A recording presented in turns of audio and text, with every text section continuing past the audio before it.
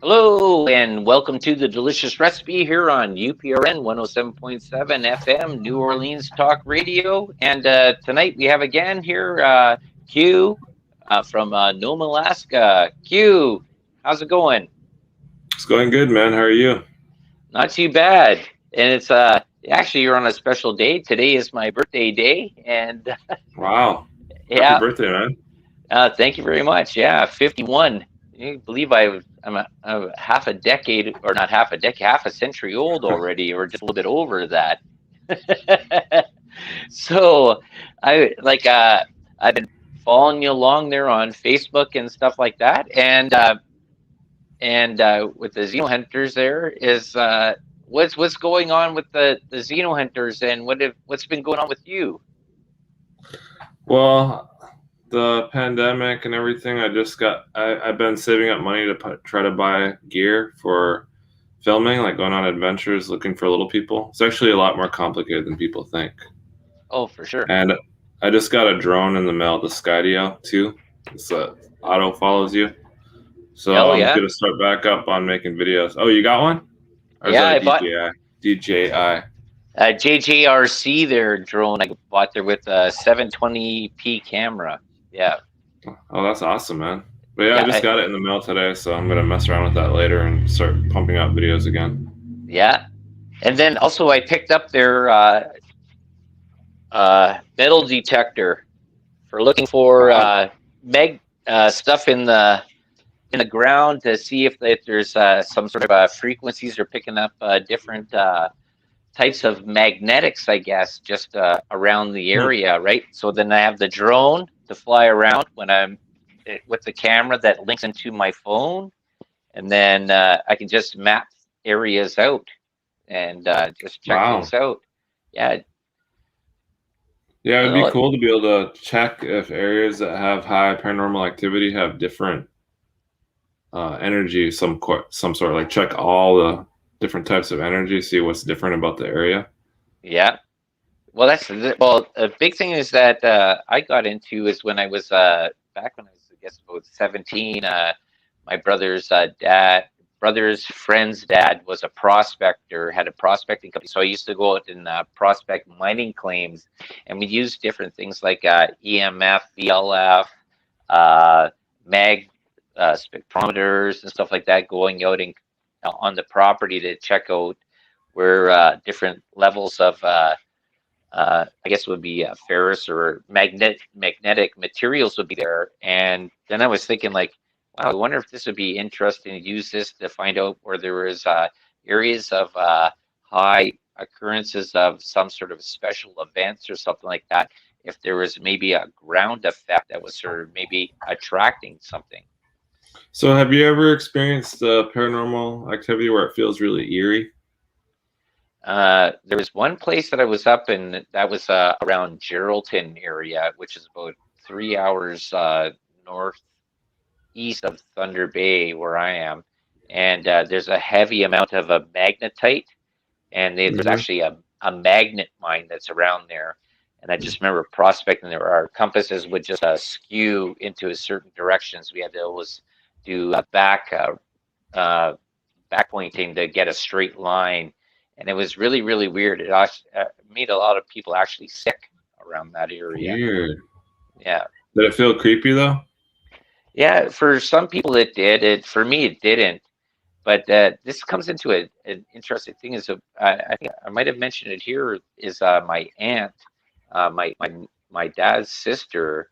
She has a something in her body. She has a weird magnetism, and you can't put a digital watch or an analog watch on her. She will, Hmm. her body exudes this sort of magnetism that screws up watches. And like if they're on her for a little while at a time, they're no good afterwards. She just sort That of, must be rare, huh? Is that a rare yeah, condition?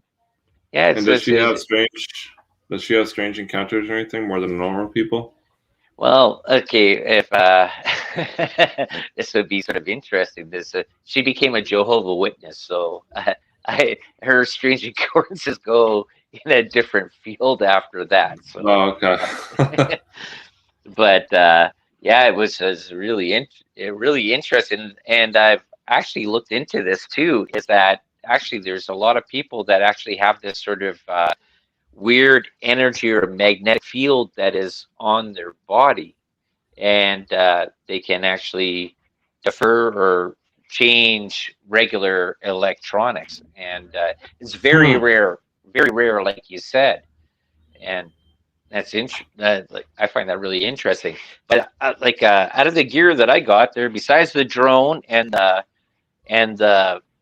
the detector there for into the soil, I was looking into something there because you on the last show we had talked about how to go out there and maybe be hidden, and I was looking into these things called uh, Fresnel lenses. Have you ever heard of those? Mm-mm. Okay, these are the lenses that are in LCD and plasma TVs, and basically what it does is the design allows the construction of the lenses of a large aperture and a short focal length without a mass and a volume of material. And, and so this is really weird about how these things work is that there's a guy that was on YouTube, I watched it, he made a shield out of this Fresnel lens, and he basically stood behind it and you couldn't see him. And it was just the way that the light goes along the way that the ribbings and the lenses go. It's really weird, and they're also used too if you convex them the other way. Is that you can cook a lot of food, like it magnifies stronger than a magnifying lens. So in one way it obscures, the other way it focals. So as I was thinking about what you said before about putting up cameras and stuff like that, and about maybe catching things, if putting like maybe a Fresnel lens, way I guess you have to figure out the focal length for the aperture, and then maybe that they wouldn't see it, and you might be able to capture something that's there. Yeah, if they can detect electromagnetic frequencies or something like that. Yeah. Well. But you know what an interesting experiment I thought of would be? If you have guests that have abilities like they can read their twin's mind or something, right? Hmm. And then Yeah. you have them test different materials to see if there's a material that can block that ability to be able to read it, like Faraday cage. Yeah. I don't know, or frequencies or energy that could block what they could read. Because if Hmm. these creatures are using shamanism or some type of like psychic power that they rely on to be able to avoid people, then being able to block it would Hmm. make you super stealth to them, like they wouldn't even know you're there. And Yeah. I think it's That entirely possible. Oh, I believe that too. And this is this comes into a part there. Laura had my wife there had a guest on last night, and he did a couple books about little people as well. But a lot of the stuff that he had talked about that the little people that he found out were actually healthful, and the part is that me and you had talked about, and other people I had talked about here in Canada, I guess up north, is that they don't seem to be that very healthful, right? Like They're sort of helpful. like scary, helpful, like they're out for their own thing, like with long finger claws, pointed ears, and they're not like the fun creature.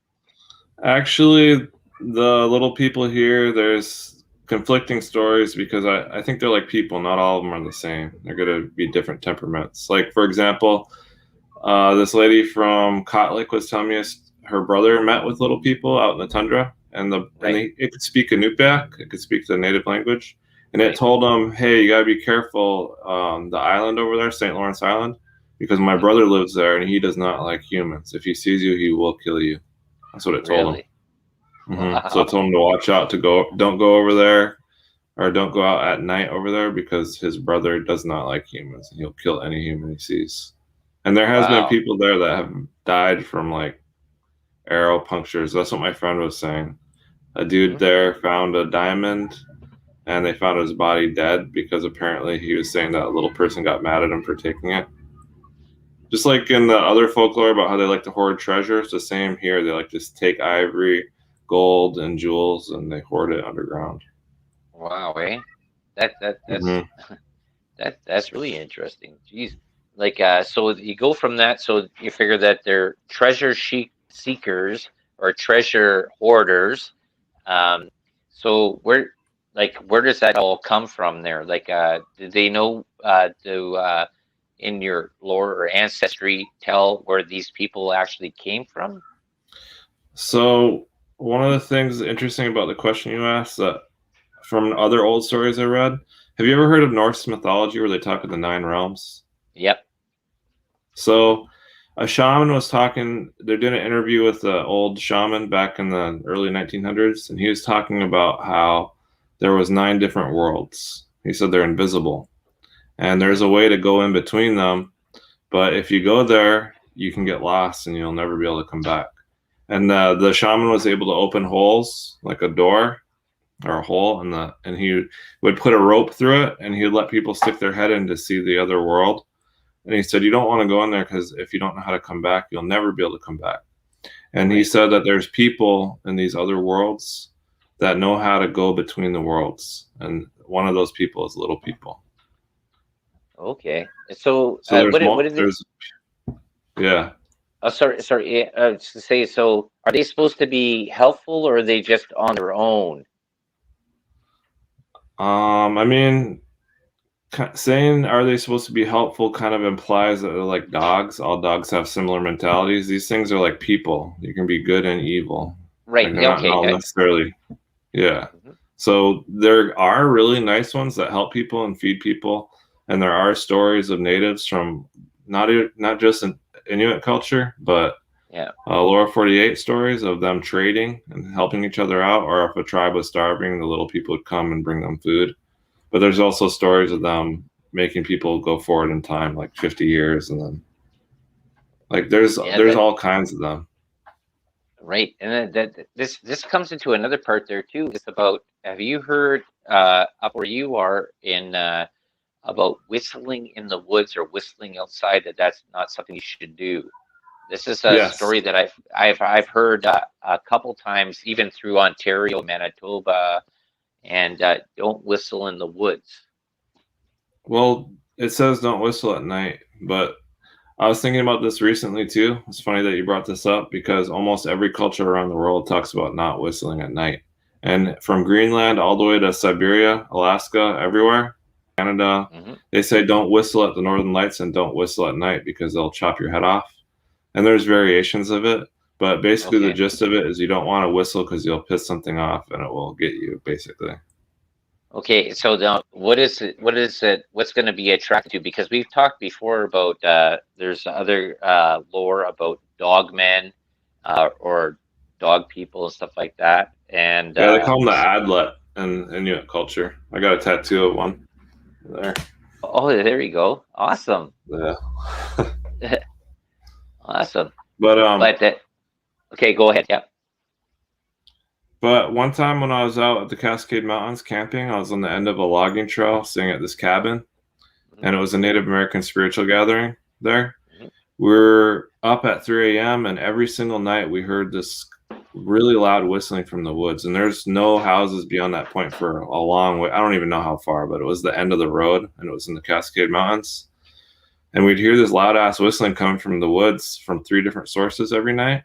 And the horses were terrified. The horses were extremely scared. They were bucking and neighing and like frantically fighting to get out of their stalls. But I didn't know what it was until I thought about it later. But apparently there are things that communicate by whistling at night, and I don't know what it was. Hmm. So is there any stories of what they might have been or something like that? I heard that Bigfoot whistle at night, and I heard that little people communicate with whistling also. Okay. Like my mom will be out picking and she'll hear, and like another reply would be over there, like human whistling sounding. And then Right. the whistling I heard in the Cascade was like,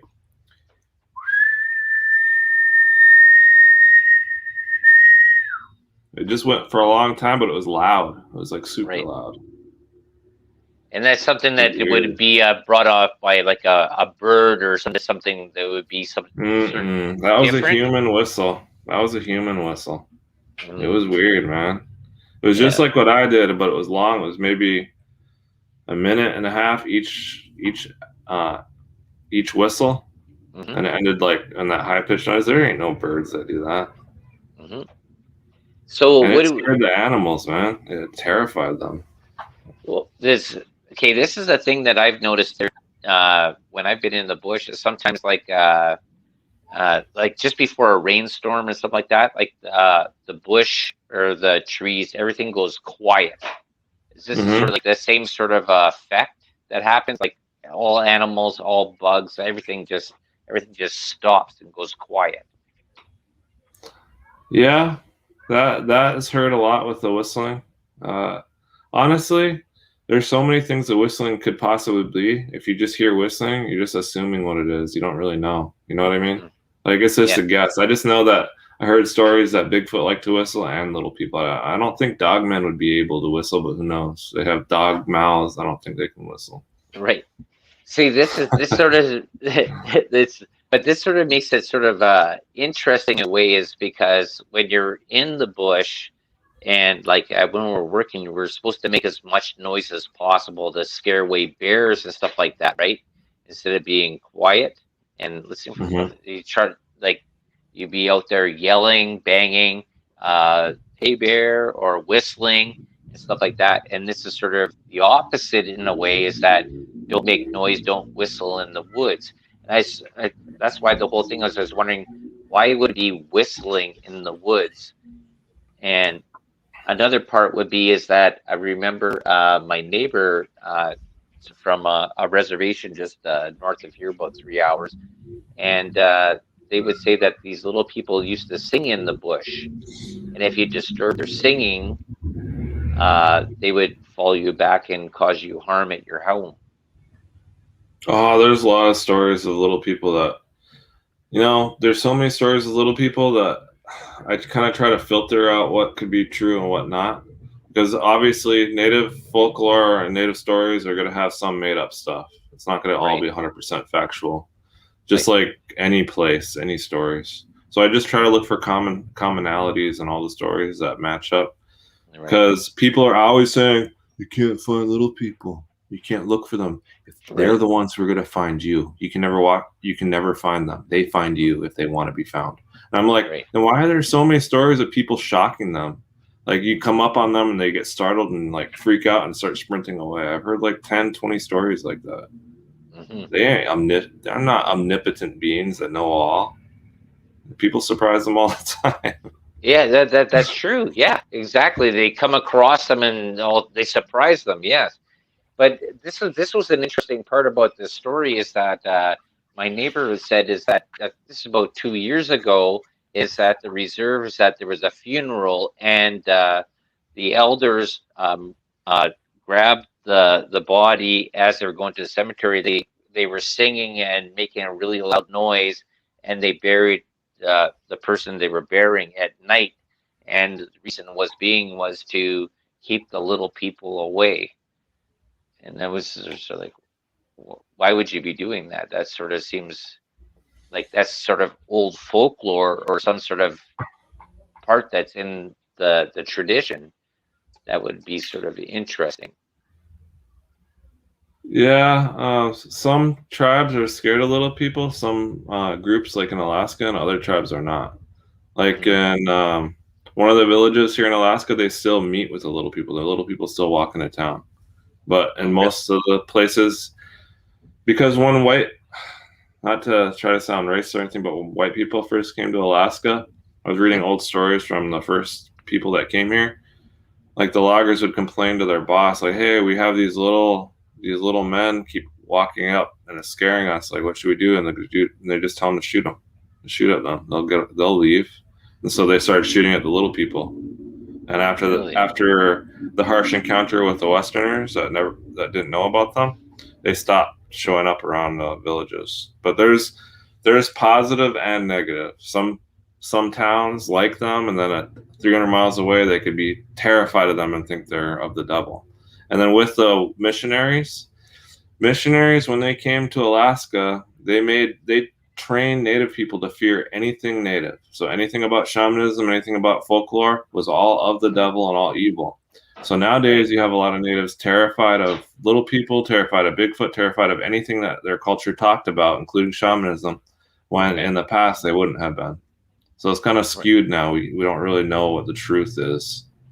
Mm-hmm.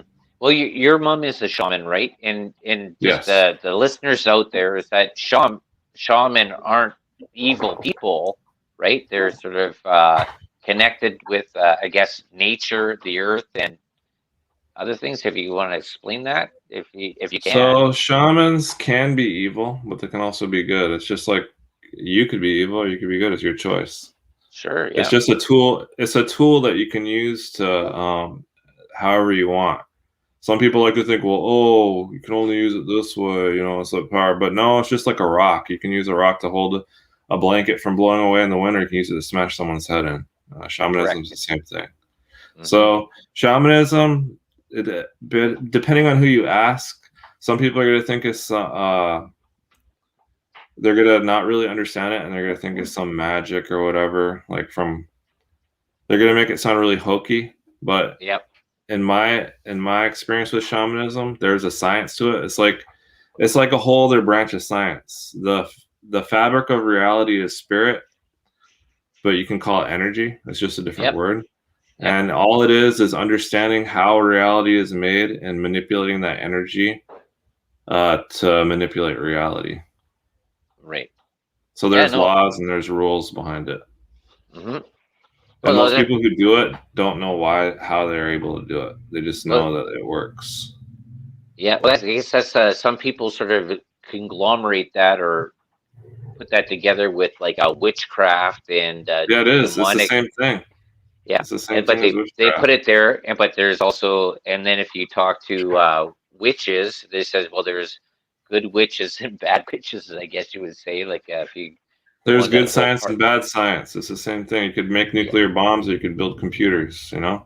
Yeah, and that's this is this whole part that even goes into, if you're looking back into the old world about even religion, stuff like that, and how manipulations of understanding was like one group would say this is bad and the other one would say good, but they could both benefit or whatever. So it's I think the fears of magic and witchcraft and shamanism, all the same thing, all stem from ignorance. People don't know what it is, and they think they freak out. It's just like when people see paranormal beings, they automatically their knee-jerk reaction, think it's evil. And that's why those things don't want to interact with us, because people shoot at them, they scream. Like, literally, a Bigfoot can turn his head and look at you, and then they're like, it was so evil, I ran in terror, and it just looked at you. Or a dog man turns his head and looks at someone, and they say, I could feel this evil, and they run away in terror. I understand being scared, but it's like guilty first. You should be innocent until proven guilty. Just because it looks at you doesn't mean it's trying to kill you. I mean, if it wanted to kill you, it could have ran at you and ripped your head off if it really wanted to, but it didn't. Yeah, that's true. That I remember listening to. I think it was one story that was coming out there about it was a native elder, and he went like this, and he was bringing people out there to talk about Bigfoot or the hairy man, Sasquatch. He says, look out into the forest there and tell me what you see. And then they count the trees, and they all counted the trees, and then they walked away. He says, how many people saw Bigfoot? And he went, what? He says, it was standing right there. It was like, because people sort of get blinders in their eyes. They just, they don't look beyond what they realize and absorb stuff, right? It's sort of an interesting thing, and I think that comes into this whole part about I think on your quest of trying to find the little people, I guess, in a way. And I'd be totally interested, but I guess if you're sort of searching and looking to find, I'm sort of looking to find answers to areas that might sort of I'm not looking to dispel it, but if it's out there, like maybe to understand a little bit more, right? So one of the things that like Bigfoot and these other creatures use since they know how to go between realms or different like parallel versions of Earth or whatever, Hmm. is they have to learn how to use a universal type of language. And the universal language they use is projecting emotion. So, have you ever heard stories of people going around encountering Bigfoot and feeling a lot of fear or something like Yep. that? They just feel this wall of emotions hitting them. Hmm. That's how they communicate. They're sending a message for you to leave, and they want you to feel scared. So one of the ways that you can communicate with them is you have to focus on an emotion and project it back at them, like love or friendliness, so they know that you're a positive. You're not, and when they feel that from you, and when they get that message from you, then that energy will change because they're a lot stronger at it than we are. They can Right. project it like a weapon. Hmm. So have you come across anything that you've maybe come across like a Bigfoot or a little person at all? I have encountered little people like 5 times where they try to communicate with me, but they speak in a really strange language, so I can understand what they're saying. I don't think I have a gift for telepathy or whatever the hell they use, because some people hear them and they're like, "Oh, it was speaking my native language or my language," and then people are like, "Oh, it was speaking German." I don't think they speak those languages. I think you just think they are, but they're speaking their language. But when they talk to me, I just heard gibberish. It was bizarre. Right. Yeah. To see that, that's sort of interesting. Sort of having connected into that energy level or frequency where you sort of balance things out that you can pick things up. I guess. Eh? Is that I don't know how that works. We'd have to delve into the science of how shamanism works, which nobody on Earth has done. Period. right? Hmm. I think they do, but it's secret. I think there's technology. I think it's possible to develop technology and science based on the laws of how shamanism works, but Hmm. we're so closed-minded and shut off from that whole field that no one's looking there. It's like we have blinders on. We're just only looking at the physical cause and effect laws of reality and completely ignoring the other side. Yeah. See, this goes into a really interesting part. Is like U.S. government there with DARPA and stuff like that, where they delved into ESP, telekinesis, and they've gone into these mystic arts and stuff like that. And a lot of U.S. taxpayer money, black budget, has been actually even spent into this stuff. And I didn't even think JPL with extraterrestrial technology, and there's a whole bunch of them, anyways, where black budgets have been spent into this, and it's just so the government, I think, is aware of this stuff, don't you think? You have a lot of government bases up there around Nome, Alaska. Well, not that I'm aware of, but I believe it's possible. And I think one of the things holding humanity back right now is not looking at it as a logical science with laws. I Hmm. think once we open the doors and start research, that's one of the things I wanted to start doing. Like I was telling you about, like we could prove you have I don't know how big your audience is, but it's possible to prove the paranormal is real with your audience. Okay. For example, if you get astral projectors, people who can do it regularly, Yep. you can have them have a study where you have something like oranges, apples, whatever in a room that they haven't been in, and see how accurately they could read or see what's in the other room. If they're able to accurately see what's in there, then you know that what they're doing is real. Because when they did studies on astral projection, all they did was do an MRI scan of their brain and say, oh, their brain's active, as if they're really seeing it. They're having a hallucination. They didn't bother to check if what they saw was legit or not. Well, they actually they did a study like that, and it was my wife was I can't remember the name there. It's about astral projection and ESP, and they were doing that where they were going in looking at stuff that was going on in the Soviet Union or Soviet, uh, yeah, Union, yes, and they were looking at about where the missile silos were, and that was the part that this is where they got a little bit creepy there, I guess, in a way, is that people that as somebody was observing and was going there, they were aware of people looking in, and this got into this other conspiracy thing about aliens being on the planet Earth, and and working with certain governments in black budgets. So Yeah, but none of those studies are taken seriously because people think this fake. So it'd be good to actually do studies, double-blind studies, and publicize it, do videos, and be like, okay, we're gonna legit see if this works or not, and actually prove it. Where people are like, or scientists can't really refute the results. And I have nothing against scientists. I think that they're doing a great job. It's just that they have their blinders on for this subject. It's sort of one track mind, I guess, in a way. Yeah, real science would delve into it. Real science would delve into it. It should be looked into. No, for sure. I totally agree with you on that part. So, other part there. So, what have you been up going towards there? Where you think you're headed there, and going forward there in your study or research? So, as I was saying earlier about checking people who could read minds and seeing what could block it, I wanted to find out what materials, or if it was possible with physical materials, to block psychic powers or psychic connection. Even get an astral projector and put them in a Faraday cage and see if you can block it. But if it's not possible, then we scratch that. But if it's possible, then you can literally cloak yourself while you're going out looking for these things, where they'll always be caught on surprise. They'll not be able to detect your presence whatsoever. People are now going out like willy-nilly, like walking around with their electrical cameras, and they're not taking into account the possibility that they can detect all that stuff, and they can see you from a mile away before you even get near them.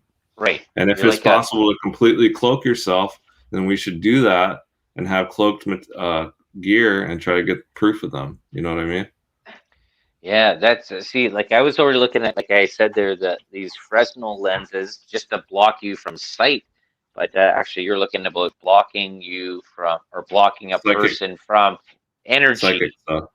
Yeah, so because all energy. We should just assume that they're psychic, just for argument's sake, just a possibility, and then assume that that's real, and then look for people who could do it and see if we can block it for them. If we can block it for them, then we can block it for these other creatures, right, if they use it. And because when you're looking for something like this, you have to kind of cover all your potential bases. Even if they're not psychic, we should see if we could block psychic powers. See if we could. We should look into that side of things to see if it works, because we might be failing just because we're not taking that into account. Oh, for sure. You know what I mean? Yeah. Oh, yeah. This goes into a whole. This could go into a whole part about there. So now you're dealing with psychic powers and all that stuff, and about what if and could haves, and like I think these are all possibilities that I think that we all have. I think of like they've said like we only use 10% of our brain, and there's so much more. And when some people end up get a bang on the head, all of a sudden they can speak another language, or they know how to play instruments. Like there's little keys that we haven't unlocked yet. Yeah, I don't buy into that whole 10% thing, but I do agree with you. We haven't tapped into that side of ourselves yet. I think we use more than 10%. I think that was a myth. But see,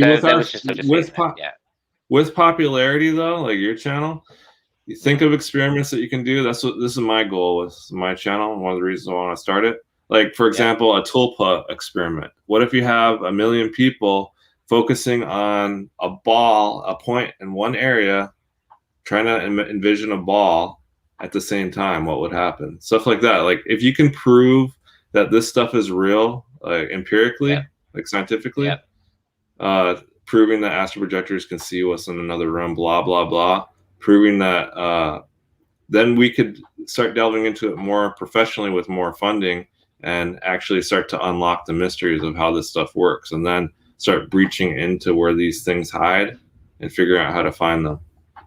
Ooh, that actually sounds really, really interesting. But I'm just wondering if there's no way to do it. If government would get involved in that already, that I wonder if they would just sort of block that. We can't rely on the government to do it for us, because number one, it's not taken seriously. The only thing we can make it be taken seriously by proving that it's legit, though, and that's what I want to do.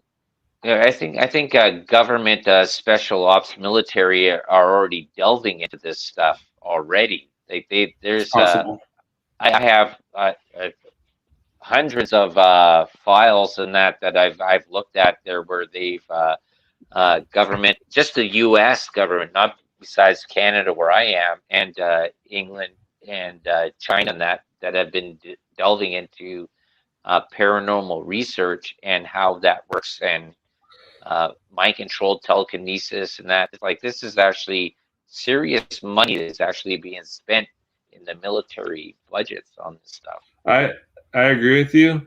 And earlier I was asking if you ever felt a really eerie feeling, but if you read paranormal stories, I hear them. A lot of times people feel this really creepy feeling, right? Mm-hmm. Right?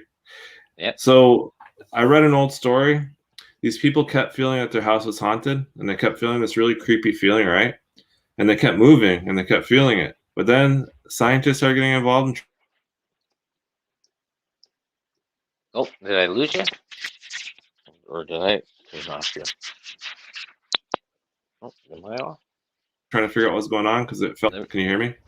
Yeah, I can hear you. It was me or you. I'm not sure. Probably me. Hear me? I live in Alaska. I could hear you. So anyway, it kept following them, that creepy feeling. And then scientists started investigating, and it turned out their radio had some kind of malfunction that was giving off some strange frequency that was making this eerie feeling that anyone came around it. And I tried researching what that frequency was, but I can't find anything on it. And the interesting thing about that is this dude messaged me from my channel. He was like, I would drive to Area 51. I'm a truck driver, and I didn't see anything in Area 51, but I'd drive in there, and they'd unload the truck, and then I'd drive out. And every time I go there, there's this extraordinarily creepy feeling that would, like, the hairs on the back of my neck would be standing up. And it made me think the phenomenon for these paranormal creatures, that whatever type of energy they're using to breach realities or whatever, I don't know what they're doing 100%. Yeah. That energy has a very creepy feel to it when you're around it. And the government is in secret areas are recreating that energy field, and they're doing something with it. So they figured out something about that energy. Oh, there's some kind of science behind it. I believe that totally. Like, everything is frequency modulation, modality, everything that's working there. Like when you work with low tones, it's like they call it the brown note. They can actually just emit a signal, a low tone. They can actually make people actually remove their bowels. Like they sell it. It's called you can buy it. It's called the fear generator. It's like $900. And police forces there, you can look this up online, and they use it for crowd control. They use a high frequency that gets them to people that they get nauseous or they get irritated. They have to leave the area. So that's all true. Like, that's so when we hear about these stories where they get these feelings, if we could recreate those feelings scientifically with some kind of energy, then we'll start to unlock and figure out what's going on with them, like why that energy is there. I think that's a huge clue to how they're able to do what they do and why we can't find them. Well, I think you hit the nail right on the head there, because this is another part that goes into when you deal with religions and old stories of religions. Is a lot of chanting, low tones, or there's singing in a certain key, vibration, modulation, singing repetitively, that actually causes an effect. And this goes through even in Christianity, Hinduism, Buddhism, and Tibet, the chanting, old India and stuff like that. These tones, even in Australia, and this causes some sort of reaction that causes something to change. I've actually done telekinesis before, but it had nothing to do with chanting. I just got super pissed and was bit, and I don't know if I could swear on the show, so I won't. And I was complaining. So you want me to tell you this whole full story when I did it? Okay, well, we'll do it without the swearing. Okay, yeah. All right, without the swearing. So I came home. It was my 12th birthday, and I expected a cake to be made and my mom to be preparing my birthday stuff. But I came home and no one was home, and there was nothing in the oven, nothing. So I was pretty pissed, and I was like, damn, my mom, blah blah blah. You know, I was complaining, And then a box fell in the back room, and I got scared for a second. And then because I thought it was a ghost or something, because I was 12. And then we had like a pile of empty boxes back there. And then I got really pissed off, and I was like, you know what? I don't give a damn if there's a ghost there. And I started swearing and riling myself up really hard, like hardcore. And then I got myself psyched up so hard where I was screaming and swearing that I felt ultra confident and powerful for a moment. And then I got myself in this weird state of mind where all of a sudden I had a view of everything like in a 360-degree bubble around me. Like I could see inside my bones. I could see under the floorboards, in between the floorboards. I have this snapshot in my mind of everything in that room in every layer, like to the molecular structure of it. Right. And then it felt like a blue tornado. It felt blue. I don't know why it felt blue. It felt like it went from my feet and swirled upwards all the way to my forehead, and then it like went boom. And then I raised my finger and I pointed at the bed across the room, and I commanded it to rise. I said rise, but I said it like as a command, like absolute confidence. And the bed slammed into the ceiling. It like literally went, bam! And then it scared the hell out of me, and I snapped out of it. And I said hello in a shaky voice. I was like, hello, and I ran outside. That was it. Wow. That's what got me into the paranormal. Wow, that's totally interesting. Like, this is the thing that this makes it so interesting about it, because you have a lot of it's actually new to North America, but is Asian arts about chi power, energy power, and focusing energy. And if I'm a big fan of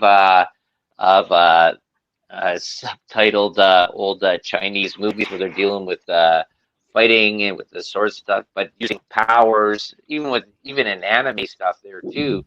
But this whole thing about energy, focusing energy and pushing things out, it's a whole thing about learning. And I'm always sort of curious about this. Is why is this such a topic? And maybe is this actually it's real?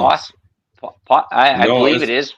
Dude, I did it. It's real, man. Yeah, it's real. I did it. I opened my eyes, man. I studied a lot about dream walking, astral projection. I've delved into stuff like that. I've actually, I'm not sure. I can teach you how to do it. People won't believe that. No, I've done it.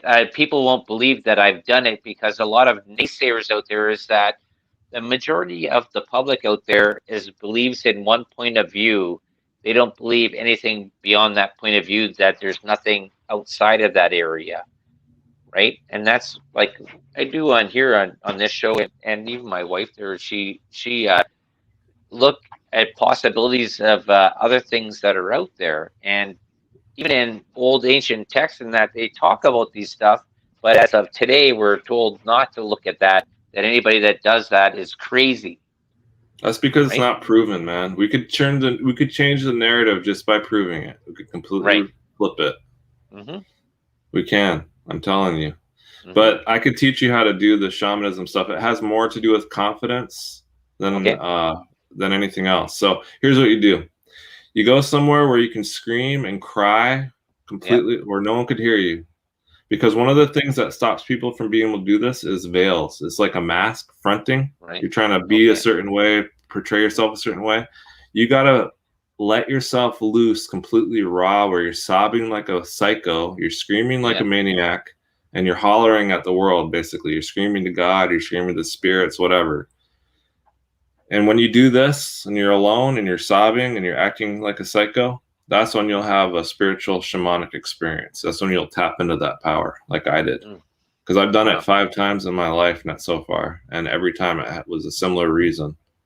And that's why that's why shamans will play music and they'll act all crazy, like playing the drum or singing. It's because they're psyching themselves up. They're building the energy up. Do you think that's why kids, that before they learn, are being taught by somebody else, that they see stuff and they're actually able to, like young kids are actually able to plug into? Because they're free and they're letting loose. That's why. If you do that, you will experience. I promise you. This little girl that did not believe in the spiritual stuff or anything, She's going to kill herself. I talked her into trying what I did to do the telekinesis, and she did it, and she had a very frightening paranormal experience because of that. Wow. So your viewers could do this, like I said, act like a psycho, scream and cry, and you'll have something weird happen to you. It will happen. Wow, that's interesting. I think that it's embarrassing. Embarrassing for sure. You have to let go of ego, right? That's the whole thing about the ego. Because actually, I was talking to my aunt, and she does this thing called Feldenkrais, and I won't explain this totally perfect, anyways. But basically, what this is that people that have body pains and the way that they move in that, basically, what Feldenkrais does is you start off, and it's basically removing everything that you've learned, and you start from the beginning when you came out of the womb and how to move, right? So how you walk. So say if you're walking different, you have back pain, maybe you walk totally wrong. It's relearning from the beginning. And like maybe you throw a ball like this, well, maybe your arm, well, you learn that way. Maybe there's a better way to move your arm. It's relearning your body mechanics. And I'm probably doing a disservice to what it is, but it's called Feldenkrais. Basically relearning from after you came out of the womb. You should watch my video on shamanism after this. I don't know if I sent you the link to it, but dude, I'm telling you, try it. Try acting like a psycho alone. You can't have anyone see you because it's too hard to do in front of other people. It's really embarrassing, but it will give you an experience. I promise you. Okay. Well, we got our listeners out there. Where should they check this out? This video, because I want everybody that's listening out here to give this a try. Understanding Shamanism on Xeno Hunters. That's the title, Understanding Shamanism. Awesome. And I just break it down into a Western perspective. I feel like I explain it pretty well on that video, but it's pretty interesting. Shamanism is a science. Magic is a science. Witchcraft, it's all the same thing. It's all a science that humanity has their blinders on to right now, and there is a way to break it down and understand it. And all the different practices of shamanism, none of them are the right way. They're all just kind of getting it right here and there and accidentally doing it. Bits and pieces, eh? Yeah, there's that, but you can break it down like science. You can break it down and we can master it, and we can implement it into our technology if we master it. And I think that's what some of these advanced civilizations are doing. They understand this whole field, and they're using it along with physical science like what we have. Right. It can work in harmony. Awesome. So we're almost at our time limit here. Q there, tell people where they can go and check you out, and as we close out here. So Xeno and Hunter is just one word on YouTube. I haven't made videos in a while. I just had surgery, and I was waiting until I recovered before I started again. So. Awesome. There's a lot of videos that you had. That's how I found you. There was a lot of interesting videos about the little people, and your videos are really well done. I really enjoyed them. They were great. They're really. Thanks, man. I might make one tonight, actually, because I'm ready to start making them again. Yeah, go and scream out and yell at the world. Try it, man. I'm telling you, it works. Yeah. Your wife should try it too. It works. Yeah. It'll blow your mind. And I encourage anybody that's listening there tonight there to the delicious recipe to go and check out Q stuff there on Xeno Hunters and go and scream out to the world. And I thank you very much for being a part of my show there again. I really enjoy being here. And thank you. It's always interesting. Thank you for being on my birthday episode there as I turn 51. Happy birthday again, man. Okay, thank you very much. And to the rest of you out there, we'll see you next week. Is that it? We'll see here. Pretty much, I think. Yep. Yeah, man. It really works. It's scary. Like, go in the woods, scream and cry, act like a baby, act like a psycho. It works, man. You'll have some crazy paranormal stuff. You have to be alone. That's the problem. But if you get crazy enough where you can let loose like that in front of anyone, then you can do it in front of other people. That's what I watched a video on a shaman. He's acting all crazy. He's like, he's all playing the drum. I was like, I know what he's doing. I did the same thing when I got pissed and did telekinesis on accident. I did the same thing. And that's how it works. It's absolute confidence.